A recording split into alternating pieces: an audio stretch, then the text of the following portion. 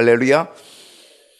네, 오늘 3월의 마지막 수요일 되었습니다. 오늘 3월 26일이네요. 그러니까 이제 3월도 이제 며칠 안 남아서 또 한 달이 또 휙 갈 수 있겠습니다. 교회력으로는 우리가 사순절을 지금 맞이하고 있고요. 우리가 사순절 중반에 지금 접어들었습니다. 오늘이 사순절의 한 18번째 날 이렇게 되고, 사순절은 40일이니까 이제는 중간 조금 못 되는, 중간 가까이 가는 그러한 시점에 있게 된데, 이번 사순절이 주는 영적 교훈을 더 깊이 깨닫고 또한 은혜 가득한 기간이 되었으면 좋겠습니다. 오늘도 수요 저녁 예배에 오신 여러분을 또 환영하고 축복하고, 또 함께 큰 은혜 또 사사기를 통해서 말씀 함께 나누기를 원합니다. 오늘 사사기 연구는 55번째 시간이고요. 사사기 14장 8절로 20절 가운데 있는 말씀, 오늘의 제목은 삼손의 결혼입니다. 결혼. 우리는 삼손의 출생을 보았고, 삼손의 출발을 보았고, 그리고 오늘은 삼손의 결혼을 봅니다. 삼손의 출생. 오늘 주보에 몇 문제겠냐면 5문제가 있는데, 5문제 중에서 오늘은 3문제만 하겠습니다. 오전에 제가 3문제 한다니까 되게 좋아하더라고요. 5문제 중에서 1문제 정도는 깎아줬는데 2문제씩이나 이렇게 하다 보니까 어쩔 수가 없었어요. 그래서 더 나가기도 좀 애매한 상황, 시간적으로도 그렇고, 그래서 그냥 3문제 함께 보도록 그렇게 하겠고요. 자, 오늘 첫 번째 문제는 삼손이 그의 부모에게 준 것은 무엇입니까? 삼손이 그의 부모에게 뭘 줬죠? 꿀을 줬습니다. 꿀 맛있잖아요, 그죠? 꿀 좋아하시죠? 삼손의 출생은 어땠습니까? 은혜로운 시작이었습니다. 여호와의 사자가 나타나고, 그것도 2번씩이나 나타나고, 그리고 나시린으로 태어남에 대한 예고를 하여 주고, 또 부모들의 양육 방법의 물음 속에 답변도 주고, 그러면서 멋진 태어남의 예고, 그리고 그 예고대로 삼손은 만화의 가정에 태어나게 됩니다. 삼손은 출생이 되게 멋진 출생이었습니다. 그런데 그의 출발은 너무나 안타까웠다. 제가 지난주일 얘기했습니다. 삼손의 출발은 어떤 출발이었습니까? 그는 딥나로 내려갑니다. 딥나로 내려가서 거기서 한 여인을 보게 되었는데, 블레셋 여인을 보게 되고, 그 여인에게 빠져서 결혼하겠다라고 하는 것입니다. 누가 봐도 맞지 않아 보입니다. 하나님이 기뻐하실 결혼도 아닙니다. 부모가 기뻐하는 결혼도 아니었고요. 그리고 부모는 안 돼, 반대, 이렇게 상황이었습니다. 오직 삼손은 안목의 정욕과 그리고 육신의 정욕에 빠져서 이 블레셋 여인과 결혼하겠다고 우기는 거죠. 사사기 14장 8절을 우리가 함께 보겠습니다. 다 같이 해볼까요? 시작. 얼마 후에 삼손이 그 여자를 맞이하려고 다시 가다가 돌이켜 그 사자의 죽음을 본즉 사자의 몸에 벌떼와 꿀이 있는지라. 오늘 8절에서 얼마 후에라고 얘기했지만, 이 얼마 후는 시간이 굉장히 많이 지나간 시기를 우리는 볼 수 있습니다. 삼손이 딥나에 내려가서 한 여인을 보고 그 여인에게 빠졌습니다. 그리고 결혼하겠다고 이제 부모에게 얘기하고, 그래서 부모를 통해 그 여인을 데려올 수 있도록, 내 아내로 맞이할 수 있도록 해달라고 이렇게 요청을 하고, 바로 이렇게 시작이 되어져서 다시금 삼손이 이제 결혼을 하기 위하여 딥나로 다시 내려가는 그런 과정이었거든요. 그 첫 번째 가는 그 길은 사실은 약혼식과도 같은 그러한 길이었습니다. 그 길을 가다가 삼손이 무엇을 만났냐면 젊은 사자를 만났다라고 얘기했습니다. 젊은 사자를 만났는데 그 젊은 사자를 어떻게 했다고요? 삼손이 맨손이었는데도 불구하고 이 젊은 사자를 염소 새끼 찢듯이 그 사자를 찢어 죽였다. 그렇게 돼 있다는 거죠. 그리고 나서 얼마 후입니다. 이 얼마 후는 시간이 굉장히 지나간 거예요. 많은 시간이 지나간 거예요. 그리고 나서 삼손이 다시 그 여자를 맞이하려고, 자, 이번에는 약혼식이 아니라 이제는 결혼식, 그 여자와 결혼해야 된다라고 하는 이 결혼을 위해서 그 여자를 맞이하려고 다시 딥나로 내려갑니다. 그때 뭘 봤냐면 그 사자의 죽음을 봅니다. 자기가 맨손으로 찢어서 죽였던 그 사자를 만나게 됩니다. 그 사자의 시체, 그 죽음을 보게 되는 거죠. 그런데 그 죽음을 보니까 거기에 어떻게 됐어요? 그 몸에 벌떼와 꿀이 있었다라고 하는 것입니다. 거기서 벌떼와 꿀이 있어도 삼손은 그냥 지나쳐야 합니다. 그것을 만지거나 그것을 먹는 것은, 그것은 삼손에게 옳은 길이 아니었다라고 하는 거죠. 그는 나실인입니다.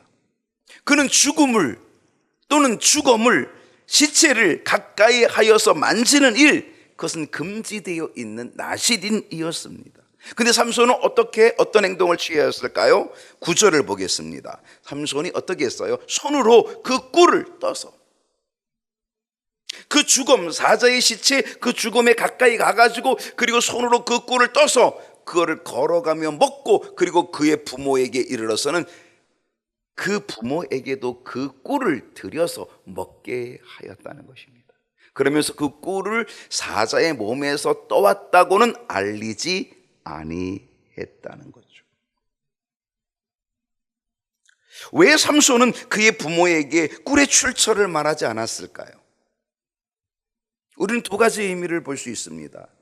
왜 꿀의 출처를 말하지 않았을까? 이걸 왜 비밀로 했을까? 그것은 삼손이 아마 이 이야기를, 이제 내가 딥나로 가서 결혼식을 하는 동안에 여기서 수수께끼로 써먹어야 되겠다라고 하는 생각이 아마 그에게 있었을런지도 모릅니다.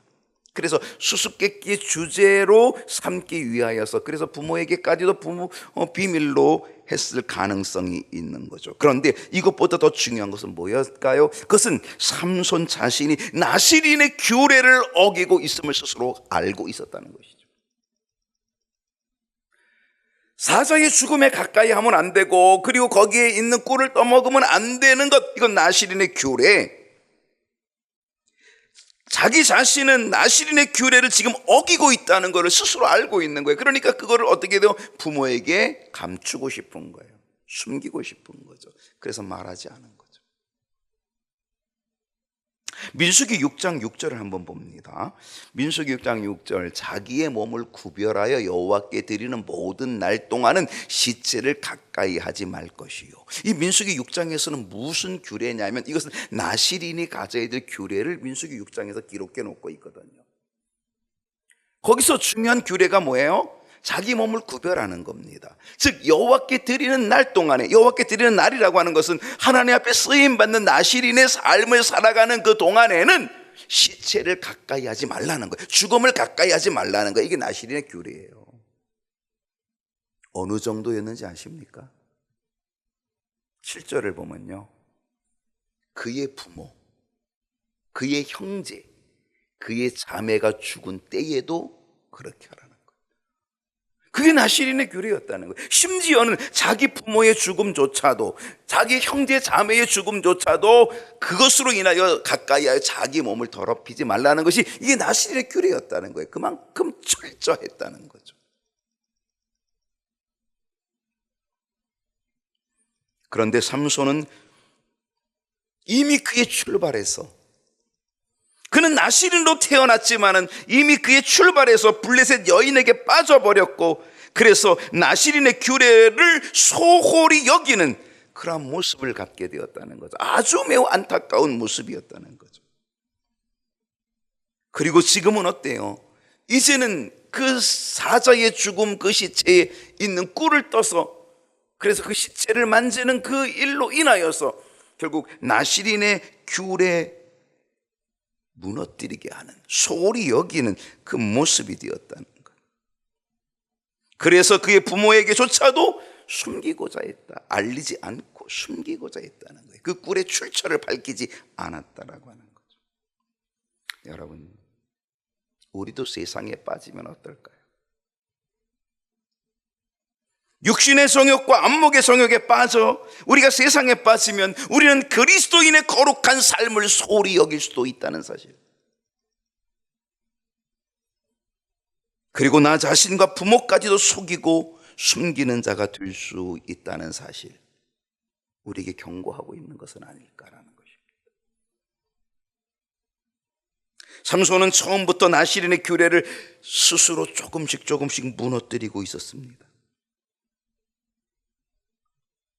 무너뜨리고 있었다.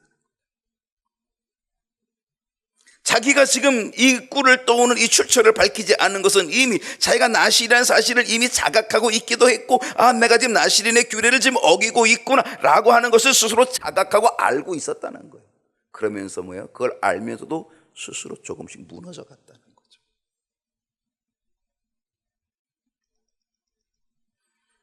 나의 믿음의 삶이 무너지는 것, 어떤 것일까? 어떨까? 나의 믿음의 삶이 무너지는 것은 아닌지 오늘 우리가 이 사순절에 더더욱 나 자신을 깊이 좀 관찰해 볼 필요가 있고 나 자신을 돌아보는 그러한 계기가 된다라면 우리는 이 사순절이 분명 우리에게는 은혜의 시간들이 될 수 있다라고 하는 것이죠. 두 번째 문제로 갑니다. 결혼의 풍습은 어떠했습니까? 10절입니다. 자, 10절 읽어볼까요? 삼손의 시작. 삼손의 아버지가 여자에게로 내려가매 삼손이 거기서 잔치를 베풀었으니 청년들은 이렇게 행하는 풍속이 있음이더라. 삼손의 아버지가 여자에게로 내려갔다라고 얘기합니다. 삼손의 아버지의 이름은 마노아였습니다. 이 마노아는 삼손이 요구하는 대로 삼손을 결혼시키게 됩니다. 자식 이길 부모 없다? 그런 걸까요? 사실 부모는 반대했거든요. 근데 삼손이 자꾸 요구하니까, 그러니까 결국은 부모가 항복한 거죠. 손을 든 거죠. 그리고 삼손이 요구하는 대로 삼손 결혼을 시키게 되었다는 거죠. 부모의 뜻과는 반대되었지만 마노아는 삼손의 요구를 들어주게 됩니다. 그리고 그 여자에게로 내려갑니다. 딥나로 내려갑니다. 여기서 하나 중요한 것은 뭐냐면 삼손의 아버지가 여자에게로 내려가면 이렇게 돼 있습니다. 여기서 말하는 이 여자라고 하는 이 단어가 히브리어로 이쏴라고 돼 있어요. 이쏴라고 하는 이 단어는 일반적으로 누구에게 쓰여지는 단어냐면 결혼을 한 여자에게 사용되어지는 단어입니다. 일반적으로 처녀라고 하는 이 단어를 쓸 때는 베툴라라는 단어를 씁니다. 히브리에서 베툴라, 이건 처녀라는 것이죠. 근데 여기서 말하는 이 여인의 이쏴라고 하는 이 단어를 쓰게 된 것은 바로 이것은 결혼한 여자, 보통 그렇게 쓰여진다는 거예요. 그러니까 삼손이 만난 이 여자는 어떤 여자였다?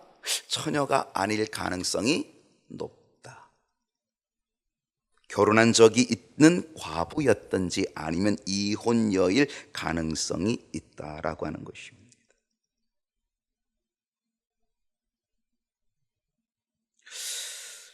삼손의 결혼이 그렇게 좋아 보이지 않는 것이죠. 아마 그래서 그 부모는 이 결혼을 반대했을 수도 있습니다. 물론 블레셋 여자, 이방인의 여자, 할례받지 않은 것 때문이기도 하지만 아마 그 여자에 대한 상황을 그 부모가 어느 정도는 듣고 있었기 때문일 수도 있다는 사실이죠.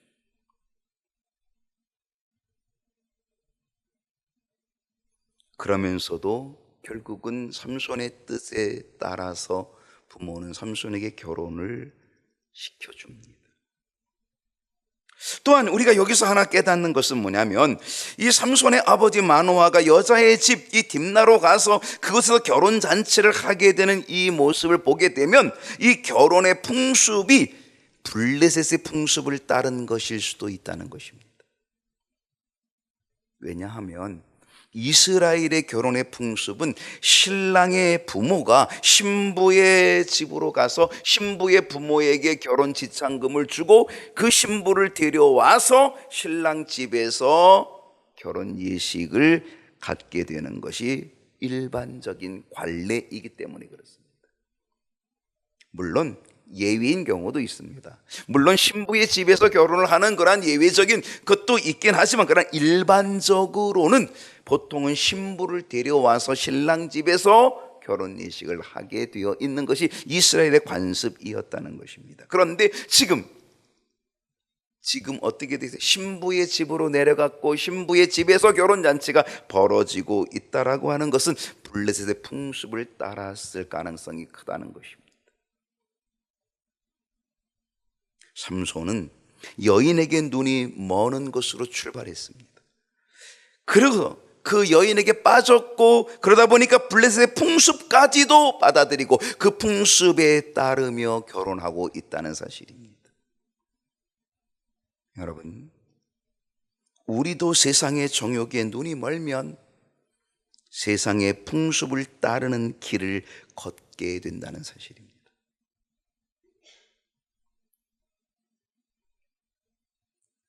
사사기 13장 11절을 보겠습니다. 사사기 13장 11절 한번 다 같이 봅시다. 시작.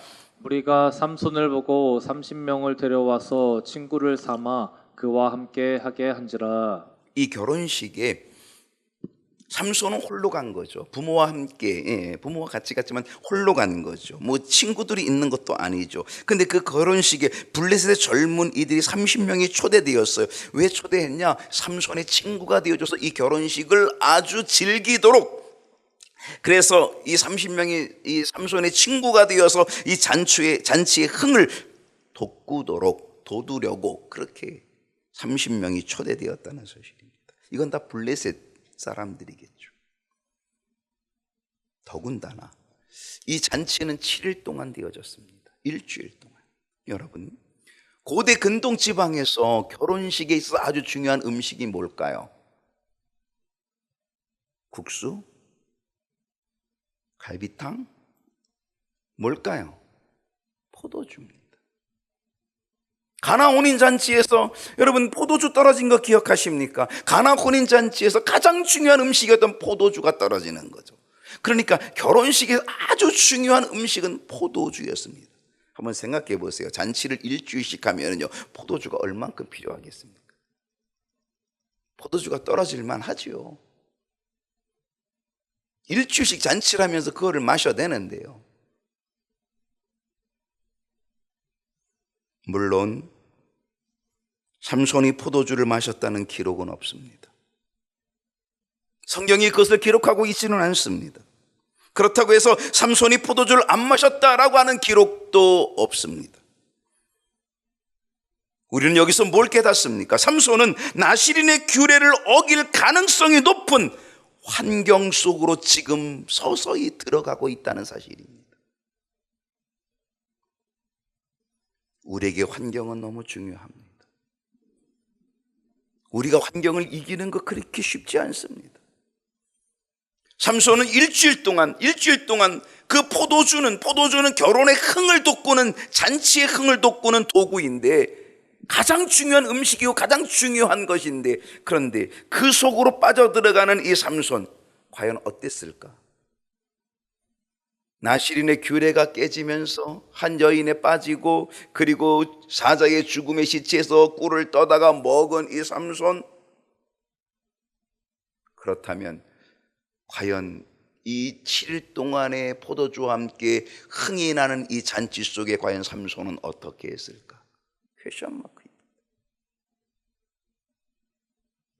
나시린의 규례를 어길 가능성이 높은 곳으로 그는 서서히 그 환경 속으로 들어가 버리고 있는 것, 그 모습을 우리가 볼 수 있다는 사실이죠. 삼손의 출발은 처음부터 아슬아슬했습니다. 블레셋 여인에게 빠지고 결혼을 하게 되고 그리고 사자의 죽음에서 꿀을 따먹고 7일 동안 블레셋 풍속의 결혼식을 하고 나시린의 규례를 벗어나기 쉬운 포도주 잔치 속으로 들어간다라고 하는 것. 여러분, 우리의 환경은 아슬아슬합니다. 우리 이 세상의 환경은요, 우리에게 아슬아슬합니다. 우리도 마찬가지입니다. 우리가 안목의 정욕에 그리고 세상의 정욕에 빠지면 우리의 영적인 나시린의 삶, 우리는 영적인 나시린의 삶, 그게 무슨 삶이에요? 그게 믿음의 삶. 그게 믿음의 삶, 믿음의 길을 걸어가야 될, 신앙의 길을 걸어가야 될, 하나님이 기뻐하시는 삶으로 나아가야 될 우리의 길이 과연 어떨까? 우리도 아슬아슬하다는 거죠. 우리도 영적 나시린의 삶, 그 믿음이 무너지게 되어지는 그 환경 속으로 들어가기가 쉽다는 거예요. 그래서 바울은 우리에게 이렇게 경고하고 있습니다. 로마서 12장 2절을 보면요, 다 같이 읽어봅시다. 너희는 시작. 너희는 이 세대를 본받지 말고 오직 마음을 새롭게 함으로 변화를 받아 하나님의 선하시고 기뻐하시고 온전하신 뜻이 무엇인지 분별하도록 하라. 사도 바울은요, 우리에게 아주 좋은 경고를 주고 있고 권면을 주고 있습니다. 너희는 이 세대를 본받지 말라. 이 세대의 풍습을 따라가지 말라. 왜냐하면 그것은 너무너무 위험하다는 것이죠. 왜냐하면 그것은 영적인 나신의 삶을 해칠, 영적인 나신의 삶을, 믿음의 삶을 무너뜨릴 수 있는 그러한 환경이기 때문에 그렇다.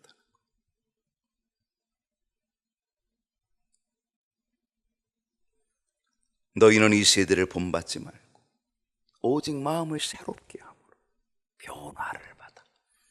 하나님의 선하심이 뭔지, 하나님의 기뻐하심이 뭔지, 하나님의 온전하신 뜻이 무엇인지를 우리가 분별하여서 우리는 그 믿음의 길을 잃어버리지 말고 그 믿음의 길을 끝까지 걸어갈 수 있도록 우리 자신을 경계하며 하나님의 뜻을 찾아가야 될 줄로 믿습니다. 자, 세 번째 문제입니다. 삼손의 수수께끼는 무엇입니까? 수수께끼 아시나요? 여러분들 아시는 수수께끼 있으세요?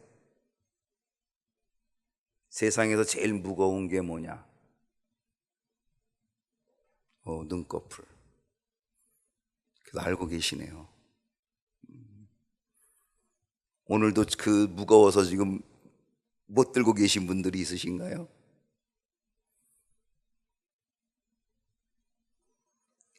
삼손의 수수께끼는 뭘까? 자, 12절을 보겠습니다. 12절이요.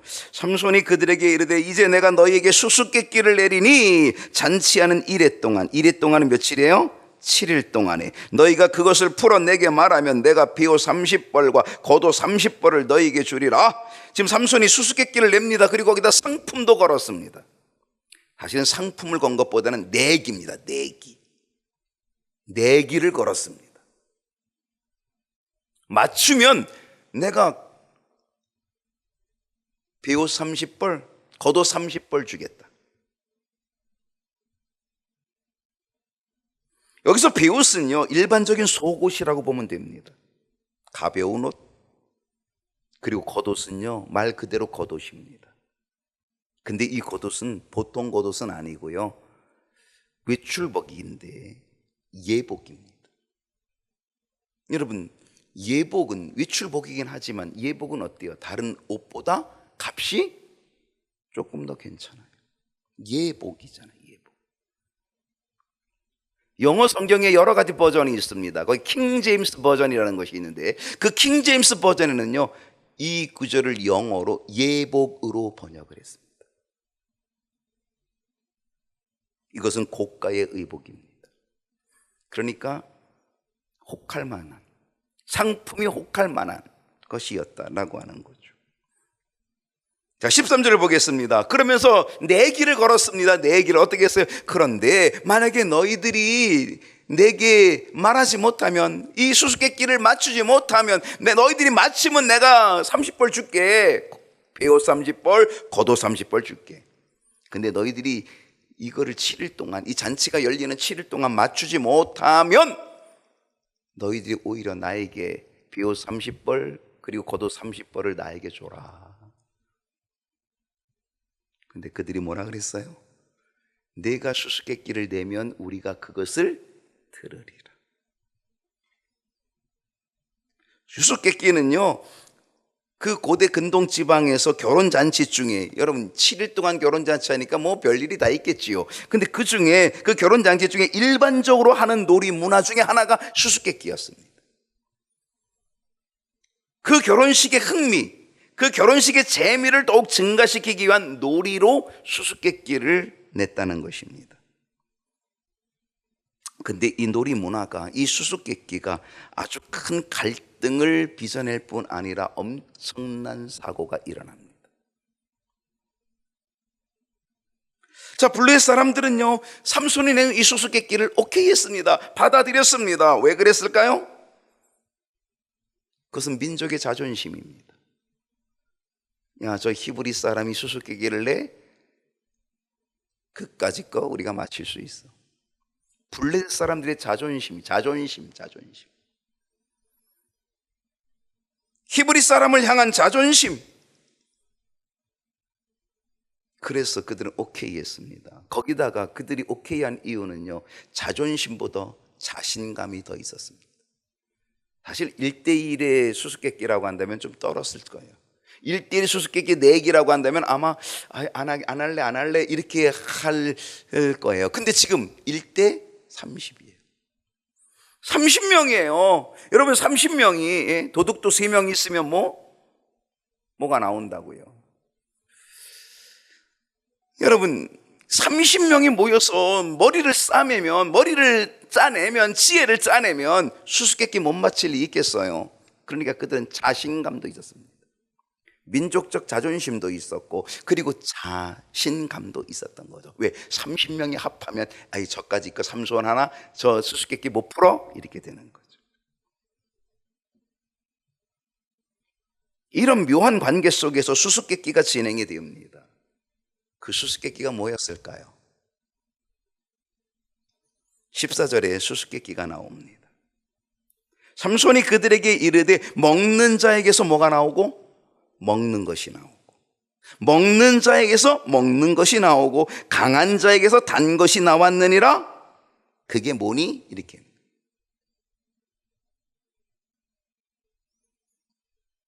여기서 답은 뭐예요? 먹는 자는 뭐예요? 사자예요. 사자는요, 잡아먹어요. 이것도 잡아먹고 저것도 잡아먹고, 워낙 강한 동물이라 잡아먹어요.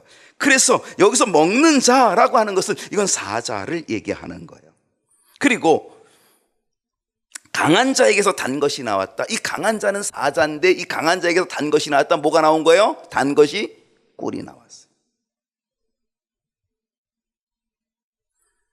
알고 보면 쉽고요, 그럴듯해요. 마치 콜럼버스 달걀이죠. 콜럼버스 달걀, 당신 여기다 세울 수 있냐고? 아무리 이거를 이렇게 세우려고 하는데 다 넘어지잖아요, 달걀이. 그랬더니 어떻게 세웠어요? 달걀을 가지고 끝을 톡톡톡 약간 깼어요. 살짝 깨지니까 거기다가 딱 세우니까 세워졌어요. 그리고 뭐라 그래요? 아유, 그까짓 거 누구는 못해, 이렇게 되죠. 그래요, 알면 쉬워요. 근데 그 알기까지는 너무 어려운 거죠. 먹는 자에게서 먹는 것이 나와. 이 먹는 자는 사자야. 그 먹는 자에서 먹는 것이 나온 것은 그것은 꿀이야. 그리고 강한 자에게서 단 것이 나와. 그것 꿀이야. 그러니까 사자와 꿀, 이게 답이거든요. 수수께끼의 답이. 그런데요, 이것은 삼손이 개인적으로 겪은 경험이고 체험이기 때문에 누구도 알 수 없는 거예요. 이건 사실 풀 수 있는 수수께끼가 아닌 거죠. 더군다나 삼손이 누구에게까지 비밀로 했어요? 부모에게까지 비밀로 했기 때문에 이건 알 수가 없는 비밀이에요. 자, 근데 그들이 어떻게 됐다고요? 자, 이렇게 수수께끼를 냈는데 그들이 사흘이 되도록, 사흘이면 뭐예요? 3일이잖아요. 일주일 동안에 거의 반이 지나가고 있어요. 지금 사흘이 되도록 이 수수께끼를 풀지 못하였다는 거예요. 처음에는 그들이 자신만만했어요. 자부심이 있고 또 자기 나름대로 민족적 자존감도 있고, 그리고 또 자신감도 있고 우리 30명이 뭉치자 이렇게 해가지고 시작을 했는데, 근데 3일이 지나도록 뭐 알 수가 없는 거죠. 아니, 그 비밀을 어떻게 알겠어요? 삼손이 경험한 거를 하나님만 아시는 거지 뭐. 잔치는 7일간 열립니다. 이 7일 동안 안에 답을 내야만 합니다. 그런데 지금 사흘이 지났습니다. 중간 정도가 지났는데 도무지 감을 잡을 수가 없습니다. 철저히 비밀로 되어 있었기 때문입니다. 자신의 부모까지도 비밀이었습니다. 그런데 이 비밀이 어떻게 됐어요? 깨지고 말았습니다. 이 비밀이 어떻게 됐다고요? 깨지고 말았다.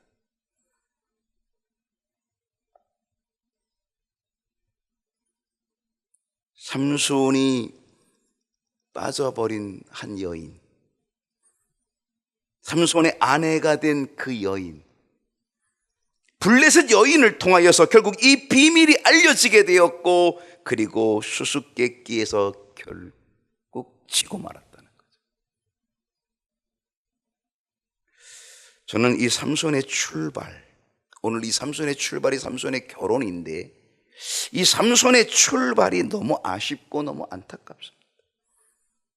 블레셋 여인에게 빠지고 그 여인을 통해 비밀이 깨지고 수수께끼에서 지게 되어지는 이 안타까운 모습, 저는 이 모습을 통하여 뭘 봅니까? 이 삼손의 출발 속에 삼손의 일생을 보게 된다는 거죠. 삼손의 다음번의 모습이 그려지는 거죠. 그의 첫 출발에서 그의 삶의 전체가 그려지고 있다는 거죠. 비밀이 깨진다. 결국 그의 나실인의 비밀도 깨지고 말죠.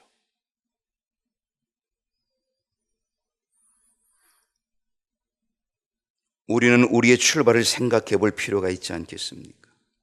여러분의 출발은 어땠습니까? 믿음의 출발은 어떠셨습니까?